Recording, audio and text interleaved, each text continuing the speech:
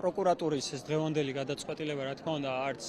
რაიმე სამართლებრივ და არც ლოგიკურ ჩარჩოებში არ ზის და ძალიან მარტივად შევეცდები აუხსნა რატომ. პროკურატურა გვეუბნება იმას, რომ სახელმწიფოს აქვს ძალიან დიდი რესურსი სპეცსამსახურების და ამ სპეცსამსახურებმა ვერ შეძლეს საბოტაჟის,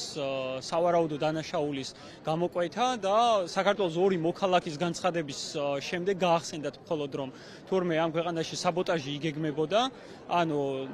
ნანა კაკაბაძეს და ვატო შაქარაშვილს რომ არ განეცხადებინათ პროკურატურაში თურმე არც პროკურატურას, არც შინაგან საქმეთა სამინისტროს, არც სახელმწიფო უსაფრთხოების სამსახურს არ ახსენდებოდათ და ვერ ხვდებოდნენ რომ თურმე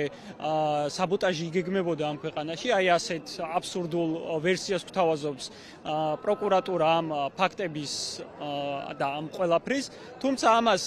ეს ერთია რომ საერთოდ ლოგიკას აცდენილი არის და სრულიად აბსურდულია, მაგრამ მეორე არის ამის სამართლებრივი ახსნა რომ დავინახოთ. რა თქმა უნდა, ამას სამართლებრივი ახსნა ჯერერთი რომ არ გააჩნია, მაგრამ მეორე მომენტი არის აქ ის რომ რა თქმა უნდა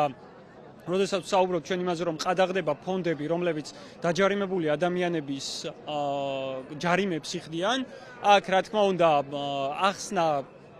უნდა ახსნას შეეცდება ქართული ოცნება და იტყვიან რომ ეს თითქოს იმიტომ კეთდება რომ რაღაც წახალისება ხდება გარკვეული უკანონო ქმედებების, მაგრამ ეს რეალურად არის სოლიდარობის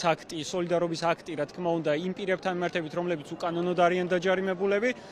სოლიდარობის აქტი იმ პირებთან მიმართებით და მათი ოჯახის წევრებთან მიმართებით, რომლებიც არიან უკანონოდ დღეს ციხეში. შესაბამისად, ამას გააჩნია ის დატვირთვა ქართული ოცნების მხრიდან, კონტროლირებული პროკურატურის მხრიდან, რომ უბრალოდ კიდევ უფრო მეტი ასე ვთქვათ დატვირთვით შემოიტანოს საზოგადოებაში ის ფაქტი, რომ ნებისმიერი ადამიანი დაიჯდება, გვერდში მდგომი უბრალოდ ადამიანებს არ ეყოლებათ და სოლიდარობა ამ ქვეყანაში უბრალოდ არ იქნება. ანუ დასჯადი გახადა ქართულმა ოცნებამ სოლიდარობა სამწუხაროდ ამ ქვეყანაში.